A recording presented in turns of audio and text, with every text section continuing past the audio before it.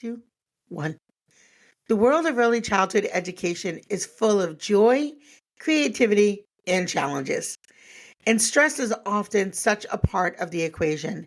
And in today's episode, we're going to sit down with Brenda Limaldi, an expert in mindfulness and stress management, to explore how early childhood educators and childcare directors can use mindfulness to create a more balanced, nurturing, and productive environment. We'll discuss practical mindfulness techniques for teachers and how admins can support their staff. And the benefits of mindfulness brings to both educators and children. So whether you're an educator or on the front lines or a director looking to implement wellness strategies, this episode will provide actionable tips and create a calm and mindful culture in your childcare center. Today, we're going to be joined with Brenda.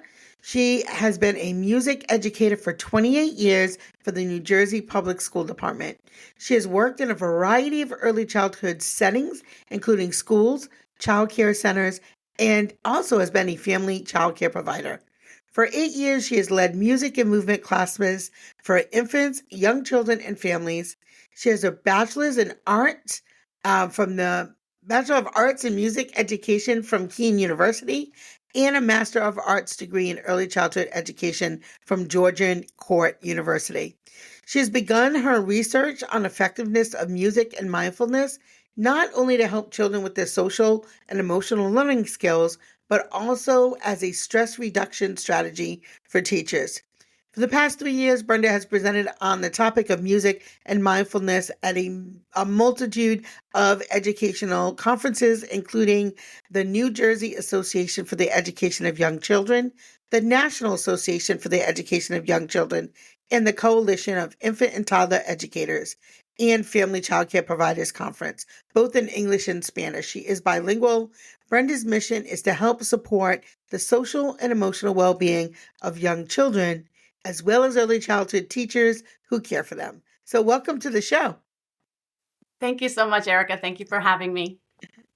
That's such a long bio. I'm so sorry I tripped up on that. What great accomplishments. And, music is something that makes people feel good. I mean, right? It evokes so many feelings, right? You listen to a song, you're happy. You listen to a different song, you're sad. It starts to bring back memories too of your childhood. For sure. So I could see how music is so connected with mindfulness because music really does touch our heart and our souls. So tell us a little bit about your background on how you first became interested in mindfulness, particularly in the context of early childhood education. Thank you, Erica.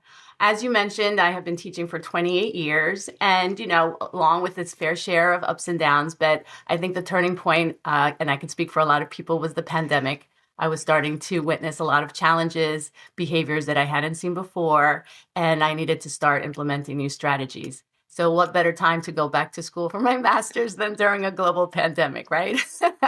So when it was time for me to do my research for my thesis, I chose music at first because it was my expertise, but I slowly began to learn about mindfulness and how the both are interconnected. As you said, we think of mindfulness as this big complicated thing, but it really isn't. Mindfulness is just an awareness of being in the present moment, of how you are feeling physically, emotionally, and mentally. And I saw the studies that showed how mindfulness can help both children and teachers.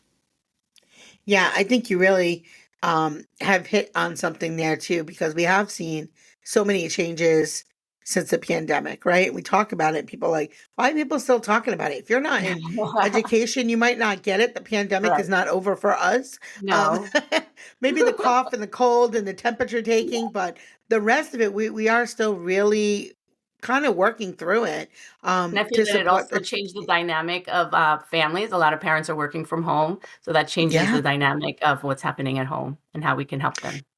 Yeah, I would say it's changed the workforce, not just in our field. I mean, our field specifically has been hit extremely hard, but I just think, yeah, work in general and the way that people view work and the things that maybe we would tolerate before or that Yeah. we don't tolerate now. Hmm. Right? It used to be like a badge of honor to be the first, person in the building, the last one to leave, and that meant, you were dedicated more than everyone else, but really it meant you just burnt out fast.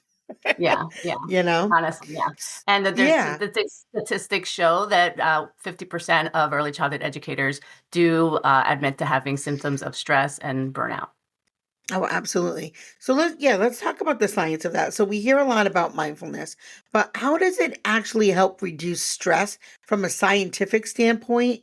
And why is it particularly effective for educators who are working with young children? When you're having a stressful situation, your brain and your body is reacting and they feel that they are in danger. It could be a real or it could be perceived, but your body thinks it's in danger and it starts to react. I think many of us have heard about flight or fight responses, but there's also freeze and fawn.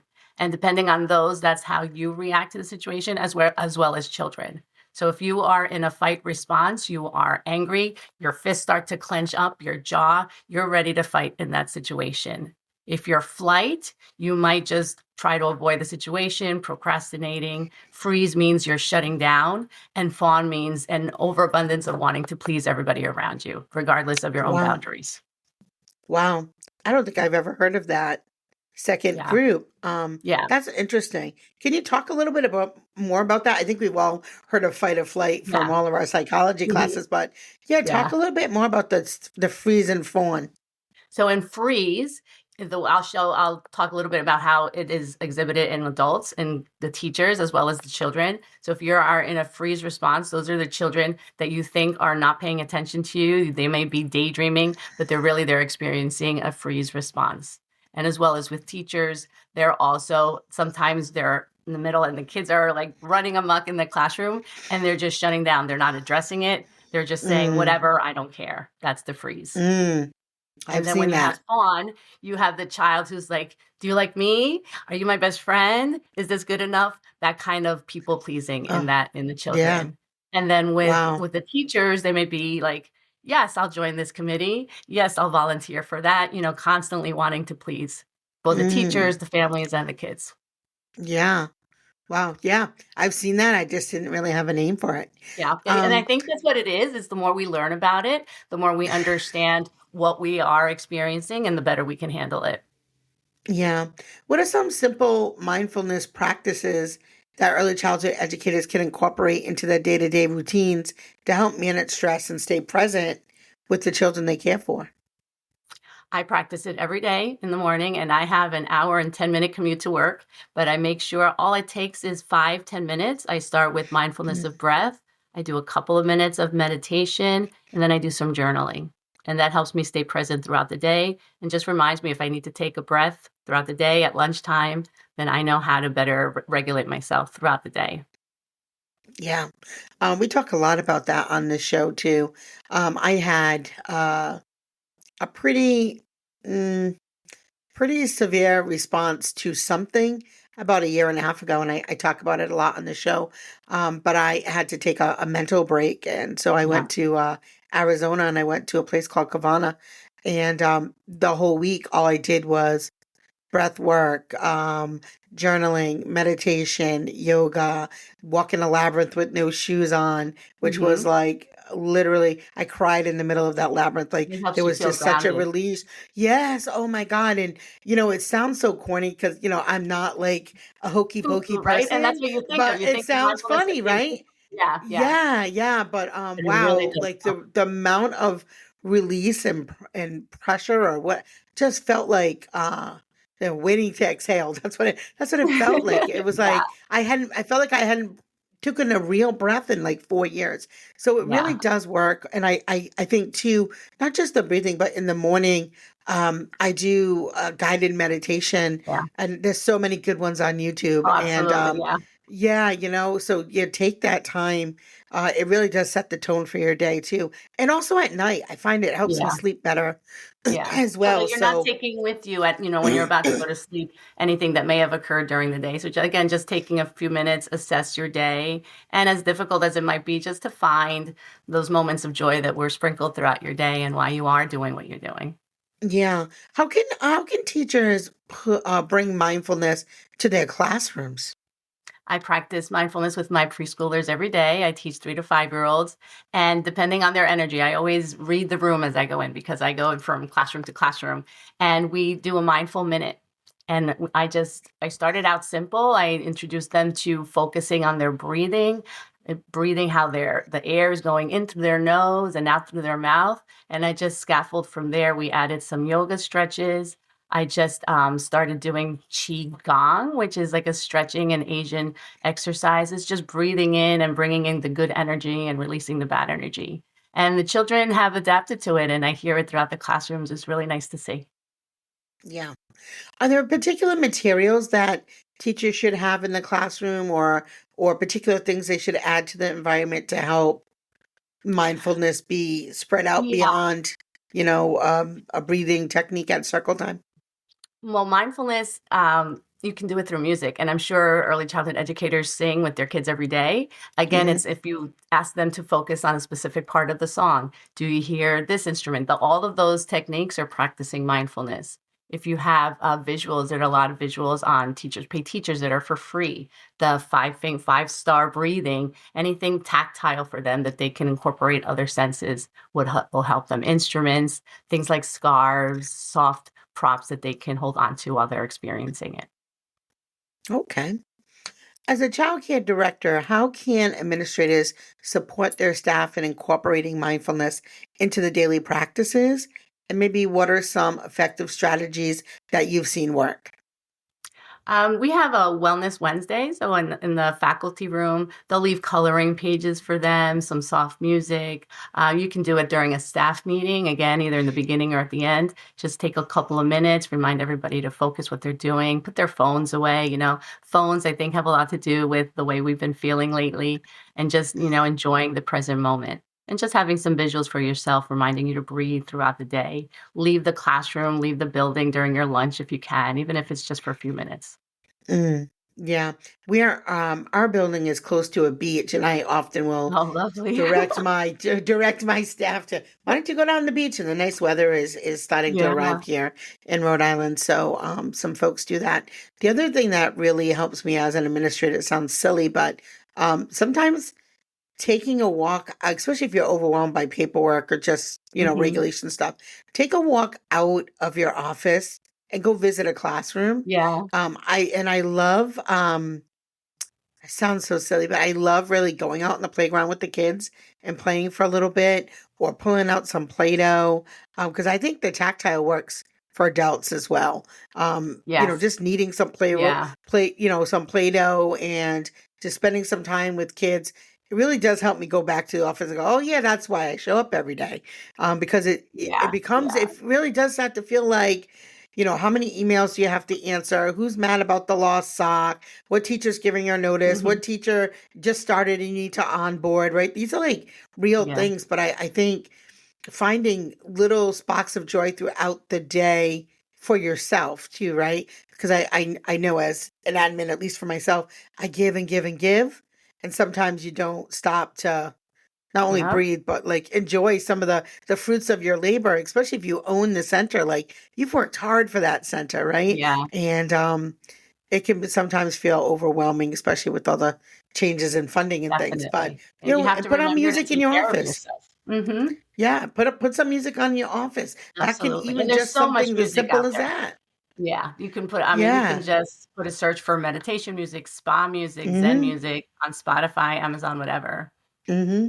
It's always Zen music in my office. Yeah. I even have my little spray. I always look, there's one right here. I always See have like that? a eucalyptus spray. It helps me calm down. And again, it sounds so silly, but this stupid spray can change my mood in 5 minutes. Absolutely. Yes. Something as simple as that. It triggers my brain to go, okay, you got this. You've been here before. It You're makes that fine, right? connection, right? That brain makes the Yeah. connection with the response. Yeah. So, let's talk about like creating a mindful culture. Mhm. How can directors foster a culture where mindfulness is like with throughout their centers, so it becomes a shared practice among the educators and the staff members? You can make it part of your routine. Like, say you have with the teachers, if they have their circle time in the morning, taking a minute to have a mindfulness and remind the children that we're here right now. There's this beautiful saying, it's called "Be where your feet are." Even if you posted that, like put it on a poster in the classrooms, just a visual reminder, despite everything that's going on in the classroom, to just remember where you are. Yeah. I think one of the things is so hard for some of us is we are usually always on the go. It's Hmm. not really a sit down type of job. Yeah. And I had a coach, and one time we were talking, and I remember her saying, Erica, your biggest problem isn't accomplishing your goals. You're quite good at that. You're not really great at just being. And I'm like, what do you mean Yes. just being? Like you did, like, Yeah. I'm like, what? The concept to me eluded me. I'm Like, well, guilty of it as well. yeah, I'm like, what does that mean, just being? And she said, you have to be present, and sometimes you're so driven that what's the Yeah. next thing you're going to Thinking do, about or the the thing next that you thing. really do. Yes, Hmm. yeah. So, and I'm sure I'm not the only one. Most folks who No. own their own small business, Hmm. definitely will Yeah. be And then go-getters, it's, and how can I make it bigger and a second location mm-hmm, and moving on to the next thing? yeah, And yeah, sometimes I yeah, find even just looking at the kids, just like looking at their little hand in your hand and making eye contact with them and just remembering the innocence and the joy that they feel, it helps bring you mm, back to center again. yeah. Do you have any examples of early childhood educators or centers where mindfulness practice has led to noticeable improvements in either staff morale, children's behavior, or overall classroom environment? I could think of one little guy in particular who seems to have very big feelings, and it was very difficult trying to calm him down again. But the other day, I saw him, and he was about to, and I saw him take a couple of deep breaths, and he was able to center himself on his own. He was able to self soothe, and that was really really wonderful to see. And then I see the teachers because I give them little tips and strategies, songs they can do with the kids. And as I'm going through the hallway, I can hear the teachers going in. One classroom I go in, she's doing mindfulness with her kids, getting her kids ready for me. So it's nice to see the teachers incorporating and really taking it to heart. Yeah. Um, So, mindfulness is often practiced by adults, right? We have Hmm. tons of access to yoga classes and, spas and all those things. Most 5-year-olds can't pack it up and go, "Hey mom, I'm heading to the spa," right? So Yeah, what yeah. role does mindfulness play in young children's emotional and cognitive development? And maybe how teachers can introduce these simple mindfulness practices to children so that they can also implement them and maybe understand them, so that you don't have to always tell them, okay, calm down and breathe, so that we Right, can make right. it part of, their daily practices. So Yeah. talk a little bit about that. You can just without even giving it a name, just breathing with them. Modeling is always the best teacher, holding them. And if they're, being really upset, just breathing with them without even telling them to breathe. It just becomes automatic. You can think simple things like coloring. We don't do a lot of coloring sheets, but sometimes just concentrating on what they're coloring is really an easy way to keep them present and in the moment. Things with music and songs, just listening again for a certain section. You move this way when you hear this part, you move that way when you hear that part. They're focusing on what's happening right now. They're not worried about snack time or going outside. They're focusing on being together. And that's another component of it, Mm, is being part of a community. Things like passing something around without, like if I have a jingle bell and I pass it from mm. child to child all the way around the circle, let's see if we can pass it all around without letting it ring. And that's helping them focus and stay in the moment as Yeah, well. that's great. What's one challenge in finding time for mindfulness in a busy early childhood classroom? Like, what advice would you give teachers to overcome that barrier and make mindfulness just as much of a priority in their daily routines as, like you said, snack time, outside time? Maybe what? I think when you first hear about it, you think it's something else I have to add to my schedule. Teachers are so overwhelmed with trying to follow the guidelines and the curriculum and everything. Mhm. All it takes is a minute, and it's just like when you're introducing the rules and expectations at the beginning of the year. You take that time in the beginning to set the foundation for the rest of the year. It's almost the same thing. If you're focused, take some time on focusing on it now, then it will help the children. It'll help them problem solve, work things out on their own. Then you don't have to interject as much. In the long run, it's beneficial for everyone involved. Yeah. So let's talk about resources. For those looking to start to integrate mindfulness into their centers, are there any resources in particular that you really like, either books, apps, or I have workshops that this you book. recommend for early childhood educators? I don't know if you can see it. This is Mindfulness and Yoga Skills for Children and Adolescents. It's by Barbara Neiman. And then I have Okay. this other book, Mindfulness for Teachers. And this is by Okay. Patricia Jennings. And then there's Nice. apps like Okay. the Calm app, Headspace. Those all have different meditations on them. Yeah. Um, what about, I know you do workshops. Talk a little bit I do. about the workshops that you offer and how folks would connect with you. Do you offer workshops virtually? I do. I do. Yeah, so talk a little bit about that. What your workshops look like, what the process is. I begin talking about what mindfulness is, how it's not something that's out of reach, it's things that we practice throughout the day. There's mindfulness of breath, there's journaling, there's coloring, there's movement. And then I talk about the different stress responses that they have. I talk about Maslow's hierarchy of needs and how we have the need to belong and to be part of a community to Mm, thrive after we reach, the physical needs and food and shelter, that kind of thing. hmm. And then I introduce different types of activities to show them how they can incorporate mindfulness not only for themselves, but in the classroom as well. And then I provide them with digital packet with all the links to all the songs and activities that we do. Yeah. And folks can find you on Instagram. What's your Instagram handle? Instagram is Musically Mindful, and you can find my website as well, musicallymindful.com. And you can email me, info@musicallymindful.com. Okay. Um, let's talk about sustaining mindfulness in a high stress environment. So, how can early childhood educators sustain mindfulness practices in high stress environments, especially when things are chaotic or overwhelming? And maybe what's the key to making mindfulness a lasting habit? I think the key is consistency. It's not a one and done kind of thing. It's not like you're going to go to the gym and take an hour class and all of a sudden you lost 20 pounds. It's something Yeah. that you do a little bit at a time. And it doesn't mean that you're never going to be stressed out again. Mindfulness just means that you're getting the techniques and strategies needed to be able to build resiliency and deal with that situation without losing your cool, making sure that you are regulated to better handle the situation. Okay. So, as we start to wrap things up, what are some things that you might want to leave with the listeners that I didn't ask you? Hmm. That's a good question. I think it's something that everyone can do. It's something simple. It's something that is really important for your well-being and your self-care. I think early childhood education is the most important field out there. We are setting the tone for children and for the adults of tomorrow, but it's really important to take care of yourself, to take that time. We help everybody else and we forget about ourselves. We're very selfless people. So make sure that no matter what it is, whether it's a walk or taking a class on your own, something that brings you joy, to be able to make sure you find joy in your teaching again and working with early childhood educators. Yeah, that's great advice. Thank you. Thank you so much. You've Thank you offered for quite a having bit me. of This was a wisdom. pleasure. Yes.